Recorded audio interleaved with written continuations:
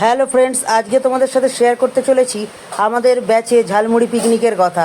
প্রথমেই দেখলাম রাহুল ভাই সুন্দরভাবে প্রফেশনালদের মতো শসা পেঁয়াজ লঙ্কা কেটে নিল, দিয়ে একটা বড় পাত্রের মধ্যে ঢেলে নিল। দেন তারপরেই দেখলাম চানাচুর দিয়ে দিল। চানাচুর দেওয়ার পর ভালো করে চানাচুর দিয়ে দেওয়ার পরই দেখলাম কাঁচা সর্ষের তেল দিয়ে দিল। কাঁচা সর্ষের তেল দিয়ে দেওয়ার পরই দেখলাম সবার প্রিয় চপ।